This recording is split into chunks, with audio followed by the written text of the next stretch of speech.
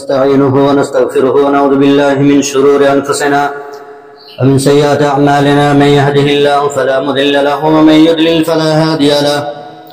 وأشهد أن لا إله إلا الله وحده لا شريك له وأشهد أن محمدا عبده ورسوله. أما بعد، فإن أصدق الحديث كتاب الله وخير الهدي هدي محمد صلى الله عليه وسلم وشر الأمور محدثاتها وكل محدثة بدعة وكل بدعة ضلالة وكل ضلالة في النار. فقد قال الله تعالى: أعوذ بالله من الشيطان الرجيم. بسم الله الرحمن الرحيم. يا أيها الذين آمنوا اتقوا الله حق تقاته ولا تموتن إلا وأنتم مسلمون. يا أيها الناس اتقوا ربكم الذي خلقكم من نفس واحدة وخلق منها زوجها وبث منهما رجالا كثيرا ونساء واتقوا الله الذي تساءلون به والأرحام إن الله كان عليكم رقيبا. يا أيها الذين آمنوا اتقوا الله وقولوا قولا سديدا يصلح لكم أعمالكم ويغفر لكم ذنوبكم ومن يطع الله ورسوله فقد فاز فوزا عظيما. وقال الله عز وجل: أعوذ بالله من الشيطان الرجيم. الذين إن مكناهم في الأرض أقاموا الصلاة وآتوا الزكاة وأمروا بالمعروف ونهوا عن المنكر. শ্রদ্ধেয় সম্মানিত সমাবেত ইসলাম দরদি ভাই সকল ও পর্দার অন্তরালে মা বোনেরা, যাবতীয় প্রশংসা স্তবিস্তুত একমাত্র সেই মহান স্রষ্টা বিশ্ব চরাচর অধিপতি আল্লাহ রাব্বুল ইজ্জাতের জন্য আলহামদুলিল্লাহ। অতঃপর বিশ্বনবী মুহাম্মদুর রাসূলুল্লাহ সাল্লাল্লাহু আলাইহি সাল্লামের উপর সালাত ও সালাম তথা দরুদ নাযিল হোক। আল্লাহুম্মা আমিন। আল্লাহুম্মা সাল্লি আলাইহি আল্লাহুম্মা বারিক আলাইহি আল্লাহুম্মা সাল্লি ওয়া সাল্লিম আলা নাবিয়িনা মুহাম্মদ ওয়া আলা আলিহি ওয়া সাহবিহি ওয়া সাল্লাম। সম্মানিত উপস্থিতি, আল্লাহ রাব্বুল ইজ্জাতের ঐশী গ্রন্থ পবিত্র কালামুল্লাহ সূরা হজের একটি আয়াত পরিবেশিত হয়েছে, যাকে কেন্দ্র করে একাধিক আয়াত এবং হাদিস নিয়ে এসে এবং যে বিষয়কে সম্মুখে রেখে দু চার কথা পবিত্র খুতবাতে আলোচিত হবে, পরিবেশিত হবে, তা হচ্ছে দেশের প্রতি ভালোবাসা ইসলামকে বলে। দেশের প্রতি মহব্বত আর ইসলাম এর সাথে কোনো সম্পর্ক আছে কি না, বা কতটুকু আছে, বা ইসলামের সম্পর্কে আমাদেরকে কি কথা বলে সে বিষয়ে খুব সংক্ষিপ্ত পরিসর আলোচনা হবে ইনশাআল্লাহুল আজিজ। আমা তাওফীক ইল্লা বিল্লাহ। আল্লাহ রাব্বুল ইজ্জত শুধুমাত্র মানুষ কেন, পৃথিবীতে যত প্রকারের মখলুকাত আছে, সৃষ্টি জীব আছে, সকলেরই বাড়ি ঘর, জীবন জীবিকার, রুজি রোজগার, আহারের সুবন্দোবস্ত আল্লাহ তাআলা করেছেন। আমা মিন দাব্বাতিন ফিল আরদি ইল্লা আলাল্লাহি রিজকুহা। জমিনে বিচরণকারী, স্থলে এবং জলে সকলের রুজি রোজগারের দায় দায়িত্ব, আহারের বন্দোবস্ত আল্লাহ রাব্বুল ইজ্জত করে রেখেছেন। সকলের বাসস্থান আল্লাহ রাব্বুল ইজ্জত করে রেখেছেন। মানুষ তো আশরাফুল মখলুকাত, তাদের তো বাসস্থান থাকবে। সকল প্রকারের জীব, পশু পক্ষী, কীট পতঙ্গ, সকল প্রাণীকুল তাদের একটি বাসস্থান আছে, ঘর বাড়ি আছে, তাদের সন্তান সন্ততি আছে, তাদেরও পিতা মাতা আছে, খানদান আছে, বংশ আছে, তাদেরও থাকার জায়গা আছে, বাসস্থান আছে। তো সেহেতু আল্লাহ রাব্বুল ইজ্জত মানুষকে তো বাসস্থান দেবেই, আর বাসস্থানের সাথে মহব্বত, ভালোবাসা, এটা মানুষের একটা ন্যাচারালিটি বিষয়, এটি একটি ফিতরাতি বিষয়। মানুষ যে যেখানে জন্মগ্রহণ করে, পয়দা হয়, সেখানের সাথে তার মহব্বত অলরেডি তৈরি হয়ে যায়। এটি মানুষের ফিতরাত। আমরা যুগে যুগে আদম আলাইহিস সালাম থেকে নবী মুহাম্মদ সাল্লাল্লাহু আলাইহি সাল্লাম এবং এ যুগ এবং কিয়ামতের পুরো মুহূর্ত পর্যন্ত সকল মানুষ যাদের বাসস্থান আছে, বাস করার একটি জায়গা আছে, ঘর বাড়ি আছে, এবং তাদের সাথে তাদের ভালোবাসা এটা অটোমেটিকলি হবে, সকলের হয়েছে। সকল নবী রাসূল, তাদের কওম, তাদের জাতি, সম্প্রদায়, সবারই ভালোবাসা তাদের মাতৃভূমি, জন্মভূমি, তাদের দেশ, তাদের ওয়াতান, তাদের অঞ্চল, তাদের এলাকার সাথে হয়েছিল, হয়। কিন্তু এই দেশকে নিয়ে কখনো বাড়াবাড়ি করা, দেশকে শান্তি এবং নিরাপত্তার বেষ্টনী থেকে ছিনিয়ে নিয়ে অশান্তির দাবানল তৈরি করা, ঈমান ইসলাম সব আকীদা ঘুচিয়ে দেওয়া, ইসলামী নিয়ম নীতিকে উচ্ছেদ করে দিয়ে সন্ত্রাসী কার্যকলাপ চালানো, সেই ক্ষেত্রে তখন বলি যদি দেশকে ভালোবাসি বা দেশকে এই সন্ত্রাসীমূলক কার্যকলাপেও জড়িত থাকার পরেও সেগুলোকে ভালোবাসা, ইসলাম আর ইমানকে উপেক্ষা করে চলা, মূলত এই ভালোবাসার অনুমোদন ইসলাম দেয়নি। আবার দেশকে নিয়ে কমাকমি করা, এরও অনুমোদন নেই। বরং দেশকে যথাযথভাবে সম্মান করা, যেমন তার মর্যাদা আছে, প্রয়োজন আছে, যেভাবে তার নিয়ম কানুন আছে সেভাবে পালন করা, যতক্ষণ পর্যন্ত শরীয়ত বিরোধী কোনো কার্যকলাপ করতে বাধ্য না করছে ততক্ষণ পর্যন্ত সরকারের আনুগত্য করাটাও, শাসকের আনুগত্য করাটাও ওয়াজিব বা অপরিহার্য। সম্মানিত উপস্থিতি, এই জন্য এক শ্রেণীর মানুষ কেউ দেশকে ভালোবাসা এটা জায়েজই মনে করে না, আবার এক শ্রেণীর মানুষ দেশকে ভালোবাসা এটা ইমানের অঙ্গ এত বাড়াবাড়ি করে ফেলেন। সম্মানিত উপস্থিতি, আমরা জানি আমাদের দেশ একসময় পরাধীন ছিল। 1947 সালের 15 আগস্ট দেশ স্বাধীন হয়েছে। ব্রিটিশদের যে দালালি, ইংরেজদের যে দালালি, তাদের জুলুম নির্যাতন স্টিম রোলার থেকে এই জাতি, এদেশ রক্ষা পেয়েছে। ভারতীয় উপমহাদেশ তাদের থেকে স্বাধীন হয়েছে। আর এই দেশে আমরা বসবাস করছি, যে দেশ আমাদের কাছে স্বাধীন পূর্ণভূমি, সে দেশের সাথে আমাদের ভালোবাসা তো থাকবেই। যে দেশকে বিজয় করতে গিয়ে, যে দেশকে স্বাধীনতা দিতে গিয়ে, স্বাধীনতা রক্ষা করতে গিয়ে হাজার আলেম ওলামা সহ একাধিক মুসলিম তাদের প্রাণ গেছে। সম্মানিত উপস্থিতি, দেশের প্রতি মহাব্বত পবিত্র কোরআনের আলোকে, পবিত্র কোরআন কি বলে এই বিষয়ে? স্বাধীন ভূমি এবং স্বাধীন দেশ বা এলাকা পাওয়ার পরে আমাদের উচিত হবে রবের নিয়ামত শুকরিয়া আদায় করা।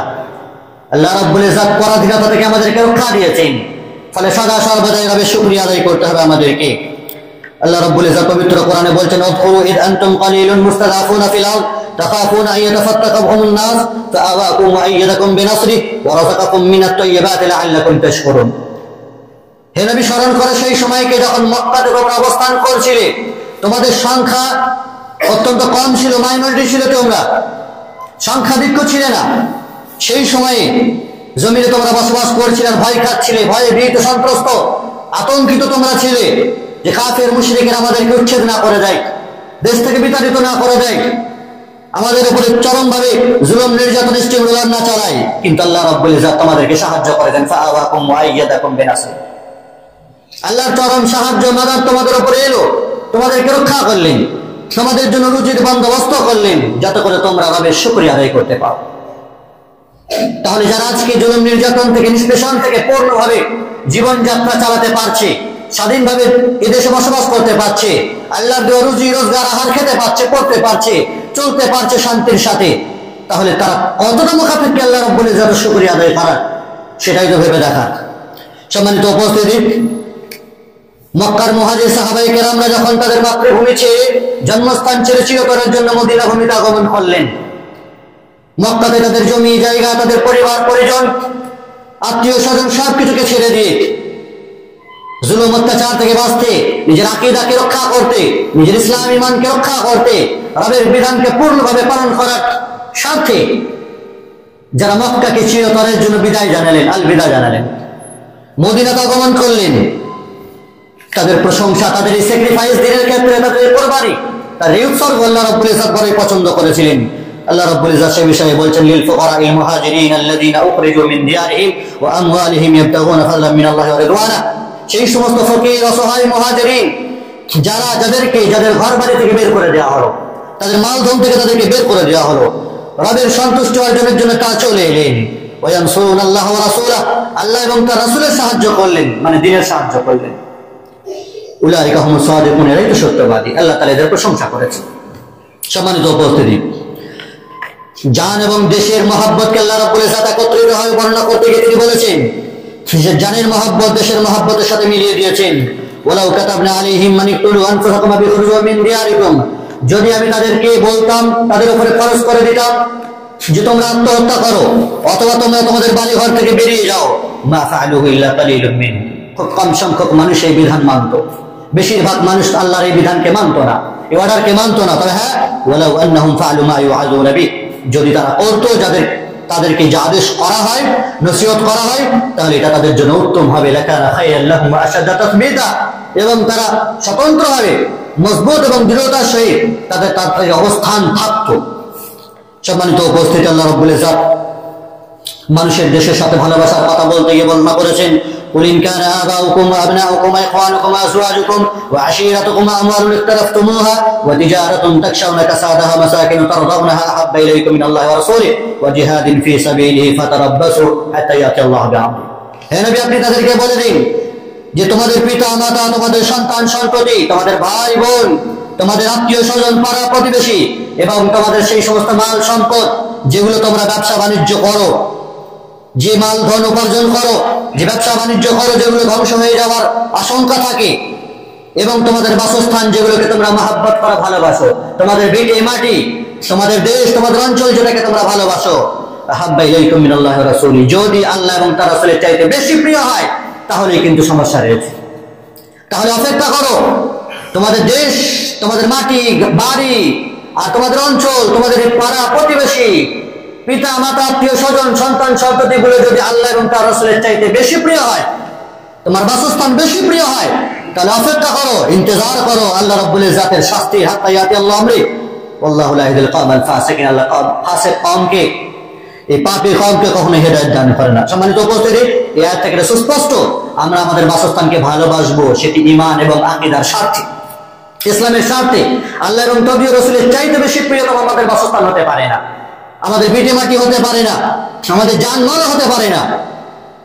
সর্বাধিকারে অগ্রাধিকার পাবে আল্লাহ এবং তার রাসূলের মহব্বত। সম্মানিত উপস্থিতি, দেশের উপর যদি কেউ কবজা করে কোনো জালিম শাসক অথবা কোনো জালিম ব্যক্তিরা, তাহলে সেই ক্ষেত্রে নিজের দেশকে বাঁচানোর জন্য জিহাদ করা অপরিহার্য। বিশেষ করে ইসলামী দেশে শাসকের অনুমতি ছাড়া জিহাদ করা জায়েজ নয়। আর অন ইসলামিক দেশগুলি যেগুলো গণতান্ত্রিক নিয়মে পরিচালিত, সেক্ষেত্রেও কিন্তু দেশের ভারসাম্য বা দেশের নিয়মকানুনকে সম্মুখে রেখে, দেশের গণতান্ত্রিক নিয়মকে সম্মুখে রেখে আন্দোলন করে হোক বা বিভিন্ন রকমের যে প্রসেস রয়েছে সরকারিভাবে, সেইভাবে নিজেদের বিষয়গুলোকে, হকগুলোকে ছিনিয়ে নেওয়া এবং হকগুলোকে ফিরিয়ে আনা, সেগুলো আমাদের কর্তব্য। আল্লাহ রাব্বুল ইজ্জত তিনি বলেছেন, বিশেষ করে মূসা আলাইহিস সালামের কি লক্ষ্য করে, ইয়া কওমি উদখুলুল আরদাল মুকাদ্দাসাতা আল্লাতী কাতাবাল্লাহু লাকুম ওয়া লা তারতাদ্দু আলা আদবারিকুম। মূসা আলাইহিস সালাম তার জাতিকে বলেছিলেন, তোমরা বাইতুল মাকদিস ফিলিস্তিন ছেড়ে চলে যাবে না, এখানেই তোমরা দাখিল হও, প্রবেশ করো, এখান ছেড়ে তোমরা যাবে না। ওয়া লা তারতাদ্দু আলা আদবারিকুম, যদি বাই চান্স এখান থেকে চলে যাও তাহলে কিন্তু ক্ষতিগ্রস্ত হয়ে যাবে। পরবর্তীতে দেখা গেল যে মূসা আলাইহিস সালামের সেই কওম যারা ফিলিস্তিনে বসবাস করছিল, তারা তাদের পাপের কারণে, বিভিন্ন রকমের অপরাধের কারণে, আল্লাহর বিরোধিতা, আল্লাহ এবং নবী রাসূলের বিরোধিতার কারণে তাদের উপর এমন শাস্তি হলো, নিজেদের বাসস্থানকে নিজেরা জমিয়ে রাখতে পারলেন না, টিকিয়ে রাখতে পারলেন না, নিজেদের বাড়ি ঘর আর বাসস্থানকে আল্লাহর আযাবে তাদেরকে ধ্বংস করা হলো। নিজের এলাকা, নিজের বাসস্থান, নিজের জন্মভূমি আর নিজের দেশ থেকে তাদেরকে উৎখাত করা হলো। এটা শুধুমাত্র অপরাধের কারণে, আল্লাহ এবং নবী রাসূলের বিরোধিতার কারণে, ইসলাম এবং ঈমানের উপরে পরিপূর্ণভাবে আমল না করার কারণে। সম্মানিত উপস্থিতি, অনুরূপভাবে আল্লাহ রাব্বুল ইজ্জত তিনি বলছেন, উযিনা লিল্লাযিনা ইউকাতিলুনা বিআন্নাহুম যুলিমু, তাদেরকে যুদ্ধ করার অনুমোদন দেওয়া হয়েছে কারণ তাদের উপরে জুলুম হয়েছে। যাদের উপরে জুলুম অত্যাচার হয় তাদের জন্য জিহাদ করা, যুদ্ধ করার অনুমোদন রয়েছে। ওয়া ইন্নাল্লাহা আলা নাসরিহিম লাকাদির, আল্লাহ রাব্বুল ইজ্জত এদের সাহায্য দান করে থাকেন। আল্লাযিনা উখরিজু মিন দিয়ারিহিম বিগাইরি হাক্কিন, যাদেরকে তাদের ঘর বাড়ি থেকে বিনা কোনো কারণে বের করে দেওয়া হয়েছে, বিনা অপরাধে তাড়ানো হয়েছে, নিজের এলাকা থেকে এই কারণে বের করা হয়েছে, ইল্লা ইয়াকুল রাব্বুনাল্লাহ, তাদের শুধুমাত্র ভাষা ছিল এই যে আমাদের রব আল্লাহ। মক্কাবাসীদের কি অপরাধ ছিল? তাদের বাড়ি ঘর, তাদের জন্মভূমি, মাতৃভূমি, শুধুমাত্র কথা বলা যে এক আল্লাহর প্রতি আমরা ঈমান এনেছি, আমাদের রব আল্লাহ। নবী আলাইহিস সালামকে পর্যন্ত সেই কাফের মুশরিকেরা ছাড়েনি, তার দেশ থেকে তাকে বিতাড়িত করা হলো।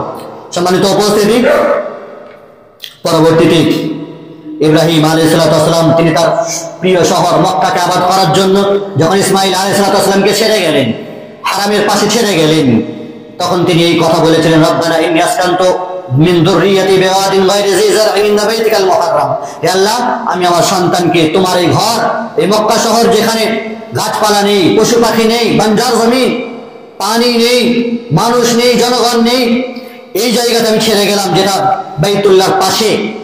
আজ আমরা জানি মক্কা ভূমি শুধু পাহাড়ে ঘেরা, আর পাহাড়ে অন্যান্য কোনো গাছপালা হয় না, শুধুমাত্র কাঁটা গাছ ছাড়া, যেগুলো উটের খাদ্য। মানুষ বসবাস করে সেগুলো পাহাড়ের উপরে এখনকার দিনে, তৎকালীন যুগে কোনো বসবাস ছিল না। সেই মক্কা শহরে যখন ইসমাইল আলাইহিসসালামকে ইব্রাহিম আলাইহিসসালাম ছেড়ে গেলেন, এই দোয়া করেছিলেন, রব্বানা লিউকিমুস সালাহ, হে আল্লাহ ইসমাইলকে এই কারণে এখানে ছেড়ে গেলাম যাতে করে তোমার ঘরের আবাদ করতে পারে, তোমার মসজিদের দেখভাল করতে পারে, সালাত কায়েম করতে পারে, নামাজ পড়তে পারে, এবং সকল বিশ্ববাসীর মুখ এবং চেহারাকে তোমার এই কাবা ঘরের দিকে যেন করে দেওয়া হয়। আল্লাহ তুমি করে দিও, মানুষের উলফাত মহব্বত তোমার ঘরের প্রতি যেন হয়। ওয়ারযুকহুম মিনাস সামারাত, আর মক্কাবাসীকে ফলে ফুলে ভরে দিও। আজ আমরা জানি মক্কাতে এখনো পর্যন্ত সেই রকমের ফল ফ্রুট বা গাছপালা নেই, শাকসবজির কোনো গাছপালা নেই, তারপরেও মক্কা ভূমিতে ফলে ফুলে যেভাবে মানে আছে, ফল ফুলে যেভাবে পাওয়া যায়, স্টক আছে, আপনি আমাদের শহরে আমাদের দেশে সেইভাবে হয়তো পাবো না, অথচ সেই ফলগুলো মক্কা মদিনাতে পাওয়া যাবে, সেই শাকসবজিগুলো মক্কা মদিনাতে পাওয়া যাবে, অথচ সেখানে গাছপালা নেই। সম্মানিত উপস্থিতি, ইব্রাহিম আলাইহিসসালামের দোয়ার কারণে মক্কা ভূমি আজকে যেখানে সবকিছু রকমের ফল ফ্রুট এবং শাকসবজি পাওয়া যায়। দেশকে ভালোবাসা এবং দেশের জন্য শান্তি ও নিরাপত্তার জন্য দোয়া করা ইব্রাহিম আলাইহিসসালাম তিনি শিখিয়ে দিয়েছেন, ইব্রাহিম রাব্বি জাআল হাযাল বালাদা আমিনা, হে আমার রব তুমি আমার এই মক্কা শহরকে আমন আমান বানিয়ে দিও, শান্তি নিরাপত্তার শহর বানিয়ে দিও, আর এই শহরে আমাকে এবং আমার সন্তান সন্ততিকে ঠাকুর পূজা মূর্তি পূজা থেকে আমাদেরকে রক্ষা করো।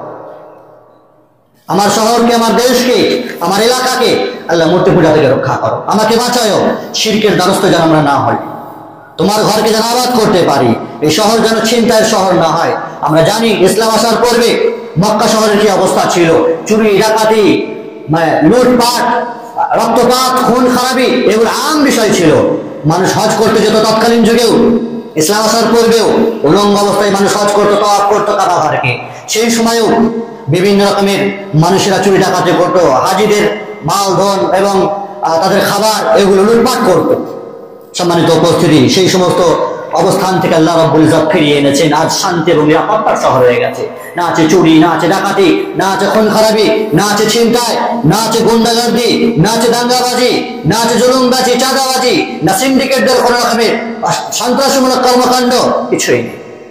সম্মানিত উপস্থিতি, দেশের সাথে মহব্বত, কোরআন হাদিসের আলোকে শান্তি এবং নিরাপত্তা আল্লাহ রাব্বুল ইজ্জত যাদেরকে দান করেন, যাদের বাড়ি ঘর, যাদের এলাকা, এটা হলো সবচেয়ে বড় নিয়ামত। সুনান তিরমিজিতে বর্ণিত নবী আলাইহিস সালাম তিনি বলেছেন, মান আসবাহা মিনকুম আমিনান ফি সিরবিহি মুআফান ফি জাসাদি ইনদাহু কুতু ইয়াওমিহি ফাকান্নামা হাইয়াত লাহু দুনিয়া। যে ব্যক্তির সকাল এই অবস্থায় হলো যে একেবারে শান্তির সাথে সকাল করলো, ফিতনা ফাসাদ নেই, আশেপাশে বাড়ির সাথে ঝগড়া ঝাঁটি নেই, কোন রকমের চিন্তা নেই, কেউ মারবে, ধরবে, কাটবে, বিভিন্ন রকমের টর্চার হবে, এমত অবস্থায় সকাল হলো, শরীর একেবারে তন্দ্রুস্ত, সুস্থ সবল শরীর, একেবারে কোন রকমের জ্বর জ্বালা নেই, রোগ নেই, ভালোভাবে সকাল হলো, এবং সেই দিনের খাবার তার কাছে আছে, একটি দিনের খাবার রাসূলুল্লাহ সাল্লাল্লাহু আলাইহি ওয়াসাল্লাম বলছেন তাকে গোটা দুনিয়ার নিয়ামত দেওয়া হবে, তাকে দুনিয়া, গোটা দুনিয়ার সুখ শান্তি তাকে দান করা হবে। যার সকাল হলো সুস্থ অবস্থায়, কোন রকমের চিন্তা চেতনা থাকে না, রুজি আছে তার বাড়িতে সেই দিনে, আহার আছে সেই দিনে, এবং সর্বপ্রকারের বিভিন্ন রকমের জুলুম অত্যাচার থেকে তিনি একেবারে শান্তি ও নিরাপত্তার মাঝে তিনি বসবাস করছেন, এমন ব্যক্তিকে যেন গোটা দুনিয়া দেওয়া হলো। সম্মানিত উপস্থিতি, নবী আলাইহিস সালামের উপর যখন গারে হিরা ওহী নাযিল হলো, ওহী নাযিল হওয়ার পর খাদিজা রাদিয়াল্লাহু তাআলা আনহার কাছে গেলেন, তখনই কাঁপুনি চলছিল। খাদিজা রাদিয়াল্লাহু তাআলা আনহা তার চাচাতো ভাই ওয়ারাকা বিন নাওফালের কাছে নবী আলাইহিস সালামকে নিয়ে গেলেন। নিয়ে যাওয়ার পর ওয়ারাকা বিন নাওফাল বলছেন, হে মুহাম্মদ সাল্লাল্লাহু আলাইহি সাল্লাম, তুমি কি দেখলে? গুহাতে, গারে হিরাতে কি দেখলে? তোমার সাথে কি হলো? বৃত্তান্ত বলো, বৃত্তান্ত বলো। নবী আলাইহিস সালাম যা কিছু দেখলেন, জিবরিল আমিন যা কিছু করলো, যা কিছু শেখালো, সেটা সব খুলে বললেন। খুলে বলার পরে ওয়ারাকা বিন নাওফাল বলছেন, হাযা নামুস আল্লাযী উনজিলা আলা মূসা ইয়া লাইতানি ফিহা জাযআন ইয়া লাইতানি আকুনু হাইয়ান হিনা ইউখরিজুকা কওমা। সেই মুসলিমের হাদিস। সেই সময় ওয়ারাকা বিন নাওফাল বলছেন, এটাই হচ্ছে নামুস, সেই সম্মানিত ফেরেশতা যে ইতিপূর্বে মূসা আলাইহিস সালামের উপরে নাযিল হয়েছিল, এরকম ওহী নাযিল করেছিল মুহাম্মদ, তোমার উপরেও সেই ফেরেশতা এসেছে। আফসোস, যদি আমি সেই সময় জীবিত থাকতে পারতাম, সেই সময় আমি জওয়ান কি বলে যুবক হতে পারতাম, যে সময় হিনা ইউখরিজুকা কওমা, তোমার জাতি তোমাকে বের করে দেবে মক্কা থেকে। হে মুহাম্মদ, এক সময় আসবে যখন তোমাকে তোমার মাতৃভূমি থেকে বের করে দেওয়া হবে। সেই সময় যদি আমি জীবিত থাকতাম, আমি যুবক হতাম, তাহলে আমি তোমার কোনো কাজে আসতে পারতাম। রাসূলুল্লাহ সাল্লাল্লাহু আলাইহি ওয়াসাল্লামের কথা শোনার পর বড় অস্ত্র পেলেন, বলছেন মুখরিজিয়াহুম, আমাকে কি বের করে দেওয়া হবে? আমার জমিন থেকে, আমার কওম, আমার সম্প্রদায়, আমার জাতি আমাকে বের করে দেবে? ওয়ারাকা বিন নাওফাল বলছেন নাআম, হ্যাঁ বের করে দেওয়া হবে তোমাকে। ফালাম তাতি রাজুলুন কাত্তু বিমা জিতু বিহি ইল্লা উদি, পৃথিবীতে এমন কোন নবী আসেনি যে তার দুশমন হয়নি, তার শত্রু হয়নি। হকের দাওয়াত দেবার শত্রু তৈরি হবে না, দুশমন তৈরি হবে না, এটা হতে পারে? পৃথিবীতে যত নবী, যত মানুষ, যত আলেমদের এসেছে, হকের কথা বলেছে, রবের দিকে আহ্বান জানিয়েছে, দাওয়াতের কাজ করেছে, আর তাদের দুশমন হবে না, এটা হতে পারে না। ইল্লা উদি, তাদের দুশমন হয়েছে। ওয়া ইয়ুরিকান ইয়াউমুকা আনসুরুকা নাসরান মুআজ্জারা, সেদিন যদি আমি বেঁচে থাকতাম হে মুহাম্মদ, যেদিন তোমার উপরে দুশমনী চলবে, শত্রুতা হবে তোমার সাথে, তোমাকে বিতাড়িত করার ষড়যন্ত্র এবং এই প্রয়াস চালানো হবে, সেদিন যদি আমি জীবিত থাকতাম তাহলে তোমার চরমভাবে সাহায্য করতাম, কিন্তু আমি সেদিন জীবিত থাকতে পারবো না। সম্মানিত উপস্থিতি, নবী আলাইহিস সালাতু ওয়াস সালামকে মক্কা ছেড়ে যখন বিতাড়িত করা হলো, আবু বকর রাদিয়াল্লাহু তাআলা আনহুকে সাথে নিয়ে গাড়ে সওরে গেলেন। মক্কা থেকে কিছুটা দূরে, প্রায় খারো পাহাড় 4-5 কিলোমিটার। আমরা মদিনাতে থাকাকালীন মক্কাতে বেড়াতে গিয়ে উঠেছি, সেখানে গাড়ে সওরে আবু বকর রাদিয়াল্লাহু তাআলা আনহুকে নিয়ে রাসূলুল্লাহ সাল্লাল্লাহু আলাইহি ওয়াসাল্লাম ছিলেন। মুশরিকরা সেখানে পৌঁছে গেছে। আবু বকর রাদিয়াল্লাহু তাআলা আনহু বলছেন, হে নবী সাল্লাল্লাহু আলাইহি ওয়াসাল্লাম, যদি মুশরিকরা আজকে তাদের পায়ের দিকে তাকায়, নাযারা ইলা তাহতা কাদামাই, তাহলে আমাদেরকে দেখে ফেলবে, আবসারানা। রাসূলুল্লাহ সাল্লাল্লাহু আলাইহি ওয়াসাল্লাম বলছেন, আবু বকর থামো, লা তাহজান ইন্নাল্লাহা মা'ানা। কিসের ভয়? যার সাথে আল্লাহ আছে। যাদের তৃতীয় আল্লাহ আছে তাদের আবার কিসের ভয়? মুশরিকদের এই তৌফিক হবে না যে ওরা পায়ের দিকে তাকাবে।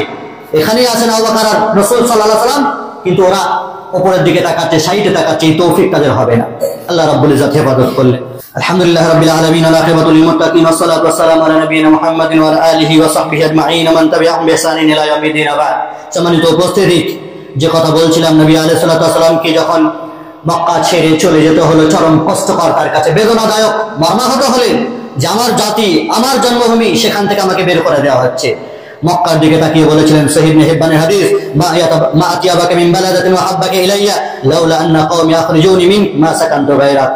হে উত্তম শহর, প্রিয় শহর, মক্কা শহর, যদি তোর কাছ থেকে আমাকে না পার করতো, আমি তোকে কতই না ভালোবাসি, যদি তোর কাছ থেকে আমার জাতি আমাকে না বের করে দিত, তাহলে আমি যেতাম না অন্য কোথাও, অন্য কোনো শহরে গিয়ে বসবাস করতাম না, কিন্তু আমাকে বের করে দেওয়া হচ্ছে। সম্মানিত উপস্থিতি, নবী আলাইহিস সালাতু ওয়াস সালাম মদিনায় যাওয়ার পর মদিনার সাথে মহব্বত হলো। 10 বছর নিজের জীবনের শেষ প্রান্ত, শেষ 10টি বছর সেখানে বসবাস করলেন। মদিনা থেকে আমরা জানি সারা বিশ্বে ইসলাম ছড়িয়েছে, সারা বিশ্বে ইসলামের আলো ছড়িয়েছে, সেটা হলো মদিনা থেকে। আর কিয়ামতের পূর্বে ঈমান, পৃথিবীর সমগ্র কোথাও ঈমান থাকবে না, একমাত্র মদিনাতেই থাকবে। ঈমান একেবারে মদিনায় ফিরে চলে আসবে। আল ঈমানু ইয়ারজু কামা তারজুল হাইয়াতু ফি জুহরিহা। নবী আলাইহিস সালাতু ওয়াস সালামের ভাষায়, যেমন সাপ তার গর্ত থেকে বেরিয়ে যায়, আবার সন্ধ্যা হলে, রাত হলে তার গর্তে ফিরে আসে, ঠিক তদরূপ ঈমান যেমন মদিনা থেকে উদ্ভাসিত হয়েছে সারা বিশ্বে, এভাবে ঈমান আবারও মদিনায় ফিরে আসবে। মদিনার সাথে রাসূলুল্লাহ সাল্লাল্লাহু আলাইহি ওয়াসাল্লামের মহব্বত হলো।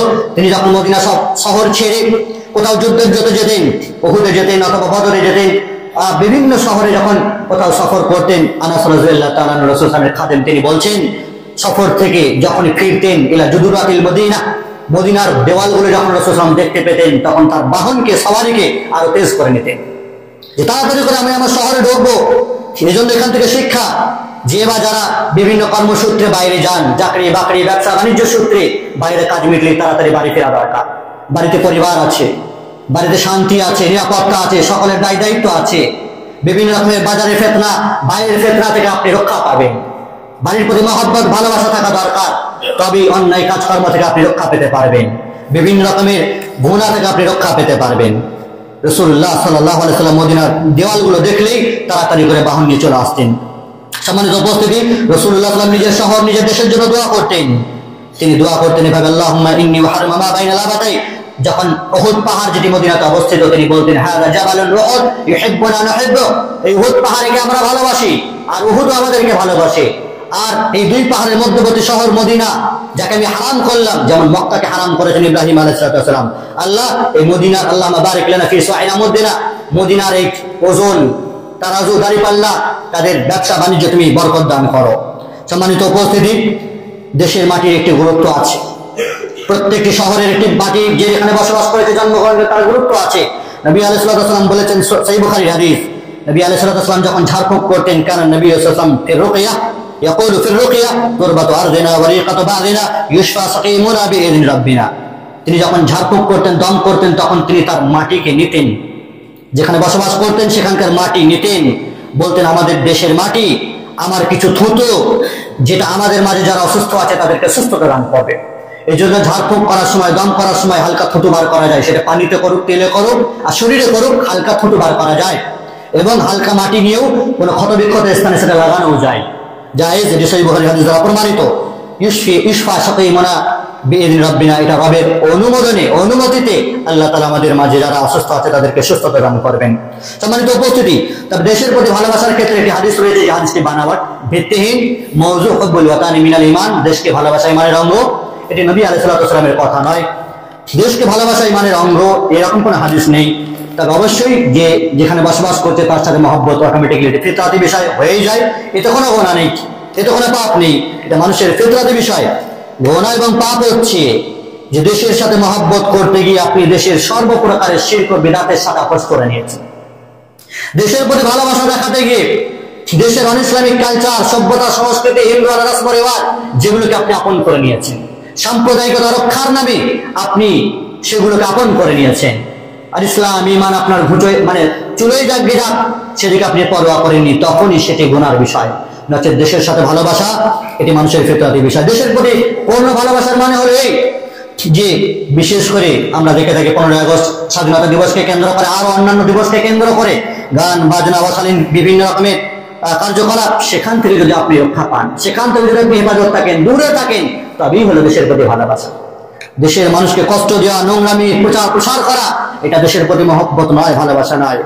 দেশকে ভালোবাসা মানে হলো সন্ত্রাস থেকে রক্ষা করা, দেশকে গুন্ডাবাজি থেকে, জুলুমবাজি থেকে, চাঁদাবাজি থেকে, নোংরা রাজনীতি থেকে দেশকে রক্ষা করা, সিন্ডিকেটদের থেকে দেশকে রক্ষা করা, এটাই হলো দেশের প্রতি মূল ভালোবাসা। সম্মানিত উপস্থিতি, এমন ভালোবাসবো যাতে করে আমাদের রব নারাজ না হন, অসন্তুষ্ট না হন। আমাদের জিম্মেদারি, মুমিনদের জিম্মেদারি হলো স্বাধীন দেশ পাওয়ার পরে, স্বাধীন অঞ্চল পাওয়ার পরে রবের শুকরিয়া আদায় করা। নবী আলাইহিস সালাম যখন মক্কা বিজয় হলো, মক্কা ছেড়ে যখন মদিনাতে চলে এলেন, 10টি বছর ছিলেন, 8 বছরের মাথায় 8 হিজরিতে মক্কা বিজয় হলো, ফাতহ মক্কা হলো।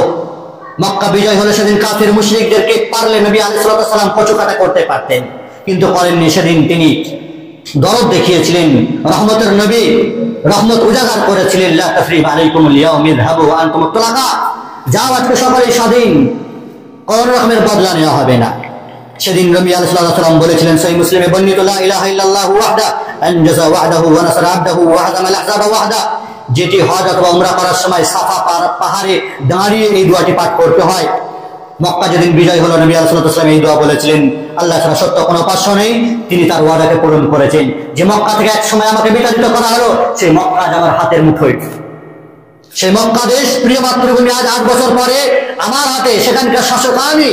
আল্লাহ তার ওয়াদাকে পূর্ণ করেছেন, তার বান্দাকে সাহায্য করেছেন, এবং সেই সমস্ত শত্রু এবং দুশমনদের দলকে আল্লাহ তাআলা পরাস্ত করেছেন, পরাজিত করেছেন। সম্মানিত উপস্থিতি, দেশে ইসলামী নিয়ম কানুন চালানোর ভরপুর চেষ্টা করতে হবে, ইসলামী নিয়মের উপর টিকে থাকার ভরপুর চেষ্টা করতে হবে।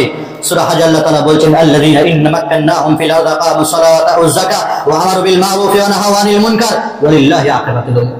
যাদেরকে আমি জমিনে বসবাস করার ক্ষমতা দিয়েছি স্বাধীনভাবে, তারা নামাজ আদায় করবে, তারা যাকাত দেবে, ভালো কাজের আদেশ দেবে, মন্দ কাজ থেকে নিষেধ করবে, এই সকল কিছু বিষয় তো আল্লাহ রাব্বুল ইজ্জতের হাতেই রয়েছে। তাহলে জমিনে বসবাস করার পূর্ণ স্বাধীনতা আল্লাহ দিয়েছেন, এর মানে এই নয় আপনি যাচ্ছা তাই করা বেড়াবেন। স্বাধীন মানে এই নামাজ নেই, দিন নেই, বেদিন হয়ে ঘোরাফেরা করবো, যা আসবে মুখে বলে বেড়াবো, যা ইচ্ছা করে বেড়াবো, এটা স্বাধীনতা নয়। ইসলামী স্বাধীনতা বলতে এটাই যে রবের পূর্ণ বিধানকে মেনে চলা। আর আমরা তো জানি মুসলিম এবং মুমিনদের জন্য দুনিয়াটা হচ্ছে জেলখানা, আর দুনিয়া ও সিজনুল মুমিন ওয়া জান্নাতুল লিল কাফির। যা ইচ্ছা তাই করতে পারে না মুমিন মুসলিমরা, এখানে তাদের জন্য এটা জেলখানা, আর কাফেরদের জন্য এটি জান্নাত, জান্নাতুল লিল কাফির। কাফেররা যা ইচ্ছা করবে, কিন্তু মুসলিম মুমিন যা ইচ্ছা তাই করতে পারে না। সম্মানিত উপস্থিতি, আমাদের দায়িত্ব হবে দেশের ভারসাম্যকে রক্ষা করা এবং যথাসাধ্য ইসলামী নিয়ম কানুন ভরপুরভাবে পালন করা, দেশের মানুষকে মেনে চলা, দেশের কানুনকে মেনে চলা। যতক্ষণ পর্যন্ত শরীয়তের কোনো বিরোধিতা না হচ্ছে, ততক্ষণ পর্যন্ত দেশের উন্নতি, দেশের সার্বিক অগ্রগতি, দেশের বরকত এবং শান্তির জন্য সর্বসময় দোয়া করা, দেশের সেনাবাহিনীর জন্য দোয়া করা, যারা দেশকে সেফটি দেওয়ার জন্য, জনগণকে শান্তি দেওয়ার জন্য সদা সর্বদাই নিয়োজিত। দেশের জনগণের সাথে ভালোবাসা, সৌহার্দ্য, সম্প্রীতি রক্ষা করা, সংস্কৃতিকে রক্ষা করা, নিজের ইসলামী সংস্কৃতিকে রক্ষা করা, সহানুভূতি, সহমর্মিতাকে দেখানো, সকল মানুষের সাথে মিলিয়ে মিশিয়ে চলা, সকলের সাথে ভালো মন্দ খোঁজ খবর নেওয়া, গরিব ফকির মিসকিন অসহায়দের সাহায্য সহযোগিতাতে এগিয়ে আসা, এটা হলো দেশের প্রতি ভালোবাসা। দেশ ও জাতির জন্য শান্তি ও নিরাপত্তার জন্য সদা সর্বদা আল্লাহ রাব্বুল ইজ্জতের কাছে দোয়া করা, যেমনটি ইব্রাহিম আলাইহিস সালাম এবং রাসূলুল্লাহ সাল্লাল্লাহু আলাইহি ওয়াসাল্লাম দোয়া করেছেন। দেশের জন্য, দেশের নাগরিকের জন্য, জনগণের জন্য সদা সর্বদা আমরা কল্যাণের দোয়া করব। দেশের শাসকের হিদায়াতের জন্য দোয়া করব। দেশের মানুষ, রাজা প্রজা সকলের জন্য হিদায়াতের জন্য দোয়া করব। ইয়া মুকাল্লিবাল কুলুব সাব্বিত কলবি আলা দীনিক। হে অন্তরের পরিবর্তনকারী, তুমি আমাদেরকে তোমার দ্বীনের উপর অটল অবিচল রেখো, তোমার দ্বীনের উপরে আমাদেরকে কায়েম দায়েম রেখো। পরিশেষে কথা বলবো, আল্লাহ রাব্বুল ইজ্জত আমাদেরকে স্বাধীনতা দিয়েছেন, আমরা স্বাধীনভাবে বসবাস করছি, একটি স্বাধীন ভূমিতে বসবাস করছি। এর মানে এই নয় যাচ্ছে তাই করবো। ইসলাম ইমানকে উড়িয়ে দেবো, আল্লাহ এবং তার রাসূলের মহব্বতের উপরে দেশকে সর্বাগ্রে রাখবো, এটা কিন্তু কখনোই কাম্য নয়। ইসলাম ইমান মক্কা মদিনার প্রতি মহব্বত আমাদের ফিতরি বিষয়টা থাকতে হবে।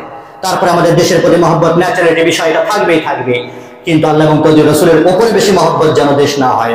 সম্মানিত উপস্থিত, আল্লাহ রাব্বুল ইজ্জত শান্তি, সম্প্রীতি, সহানুভূতি এবং সর্বপ্রকারের নিরাপত্তার বেষ্টনীর মাঝে যেন আমাদেরকে জীবন জীবিকা গড়ে তোলার তৌফিক দান করেন, আমিন। আল্লাহ রাব্বুল ইজ্জত সর্বপ্রকারের ফিতনা ফাসাদ হতে, দুনিয়ার চলমান বিভিন্ন রকমের নোংরা নীতিমালা হতে, ফিতনা থেকে আল্লাহ রাব্বুল ইজ্জত আমাদের সকলকে হেফাজত করেন, আমিন। সাল্লাল্লাহু আলা নবিয়িনা মুহাম্মদ ওয়া আলা আলিহি ওয়া সাহবিহি ওয়া সাল্লাম। আল্লাহুম্মা ইজ্জিল ইসলাম ওয়াল মুসলিমিন ওয়া আযিল্লাশ শিরকা ওয়াল মুশরিকিন ওয়া দাম্মির আ'দা আদ-দ্বীন ওয়াজআল হাযাল বালাদা আমিনান মুতমাইনান খাসা ফি সাইরি বিলাদিল মুসলিমিন আম্মাতান ইয়া রাব্বাল আলামিন।